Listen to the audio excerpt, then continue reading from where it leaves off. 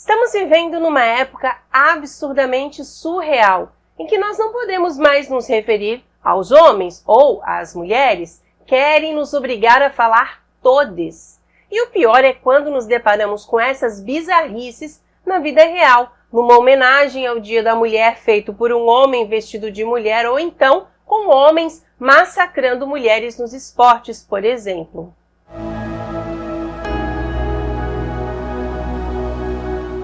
Olá, salve Maria! São tempos difíceis, meus irmãos.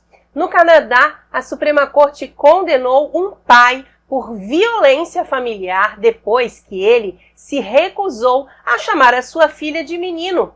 E a corte ainda publicou uma ordem de proteção para que o pai seja preso imediatamente caso ele chamasse a sua filha de menina.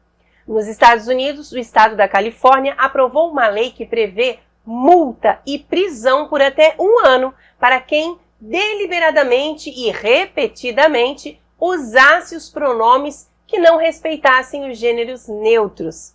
Na Inglaterra, uma mãe de 38 anos foi presa em casa, na frente dos seus filhos, por ter chamado uma mulher transgênero de homem no Twitter.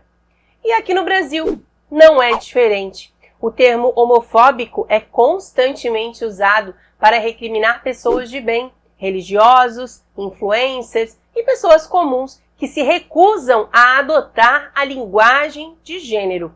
Mas espera aí, deixa eu te perguntar, você já é inscrito aqui no canal? Se inscreva agora para não perder nada por aqui.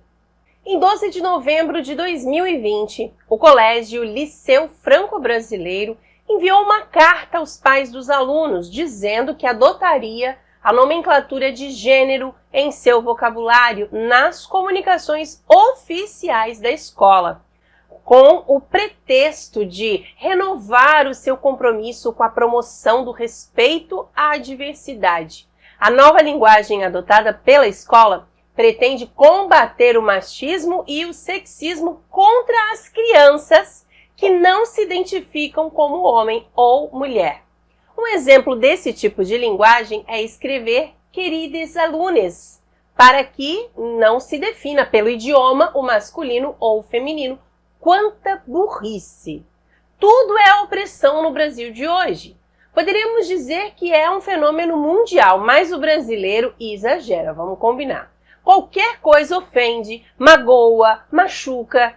E parece que um dos vilões, um dos causadores do machismo institucional, seja lá o que isso signifique na cabeça dos feministas, seria os pronomes da língua portuguesa, principalmente aqueles terminados em "o", que seriam necessariamente masculinos, né? Um famoso escritor disse lá em meados do século XX que a inteligência tem limites, já a burrice não. A estupidez parece ser uma espécie de força da natureza, diz ele. Será que é necessário explicar que o gênero de uma dada palavra nos é definido pelo artigo que a precede e não pela terminação? O telefonema, apesar de terminar com a letra A, é masculino. Como o telegrama, também acontece a mesma coisa. 200 gramas de bacon, como unidade de peso, é o grama masculino, mas termina com A. A grama, como vegetação, é feminino e termina com A. E convenhamos que se nem a lei consegue impor ou extinguir um idioma, não será um bando de desocupados em redes sociais que conseguirá. O problema, a meu ver, não são os desocupados e nem esses ignorantes que querem impor esse tipo de mudança ridícula e burra. O problema existe quando vemos membros da comunidade jurídica propondo tal disparate. Cada vez mais nós vemos cientistas do direito usando os tais termos neutros, alunux, helix, como uma maneira assim de romper com algum tipo de preconceito. Vão se catar. Aí nós, mulheres, temos que aguentar marcas de empresas muito famosas colocando um travesti, querendo se passar por mulher, só se for passar longe, né? E fazendo homenagem pelo dia 8 de março. Produtos de higiene íntima feminino sendo vendidos em comerciais por homens que se sentem mulheres. Eu não tenho paciência para isso, gente. É lógico que toda essa bizarrice não ficaria ali apenas no idioma ou na televisão. Claro que não. Nós estamos sendo forçadas a aceitar como naturais as competições desiguais entre homens e mulheres, sem que isso seja uma categoria mista. Não! São homens que se sentem mulheres e querem ser respeitados como se fossem uma mulher. O fato é que a ideologia de gênero ela está muitíssimo alinhada ao lobby LGBTXYZ. Durante as Olimpíadas do Rio de Janeiro, por exemplo, o Comitê Olímpico Internacional decidiu alterar as regras para a participação de atletas transexuais em competições oficiais.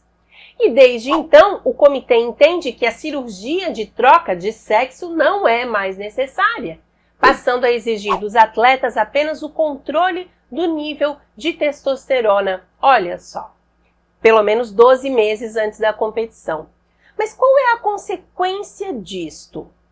Homens que se identificavam como mulheres trans passaram então a competir nos mais variados esportes das ligas femininas, levando uma larga vantagem em todos eles, lógico.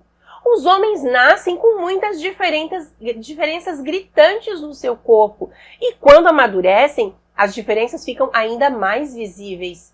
O homem possui um número maior de glóbulos vermelhos no sangue, o que proporciona um desempenho aeróbico sempre superior ao da mulher.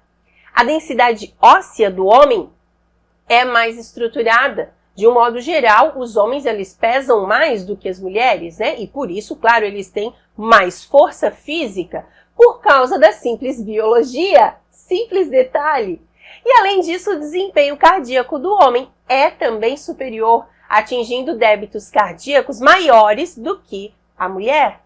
Essas diferenças proporcionam ao homem uma vantagem fisiológica em qualquer solicitação de esportes, de resistência, principalmente, né?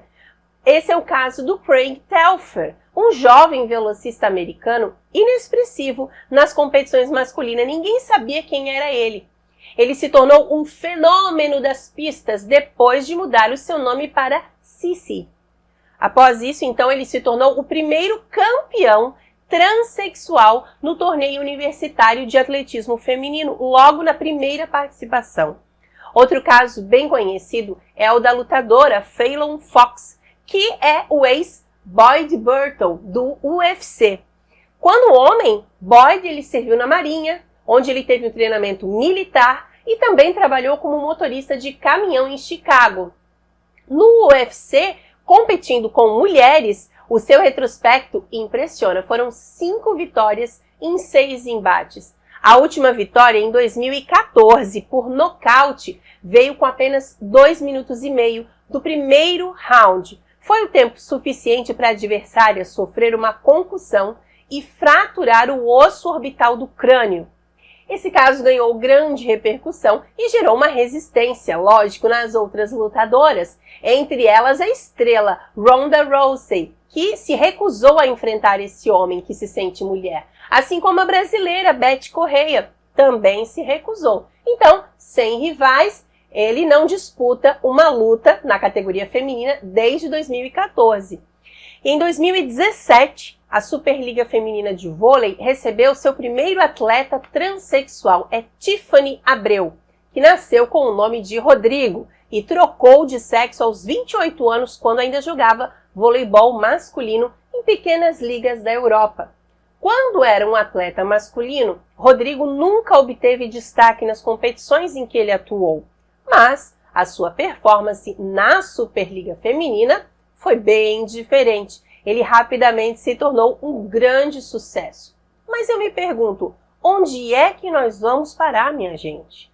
Querem nos obrigar a aceitar caladas esse tipo de massacre do feminino, que já não importa mais a biologia, nem a fisiologia, não. Apenas o discurso social do que eu quero ou decido ser já é suficiente. Da minha parte, de minha família, não encontrarão facilidades em seguir com essa abominação. Não! E aí na sua casa? Que Deus tenha misericórdia de nós, irmãos. E me fala se você já presenciou aí um homem querendo se passar por mulher ou o contrário. Enfim, e se você já percebeu essa grande desigualdade que existe entre os sexos, principalmente nos esportes. E compartilhe, é claro, esse vídeo com alguém que precisa também refletir sobre isso, sobre esse assunto. E também, claro, você sabe que isso nos ajuda e muito a evangelizar. Que Deus te abençoe. Salve Maria!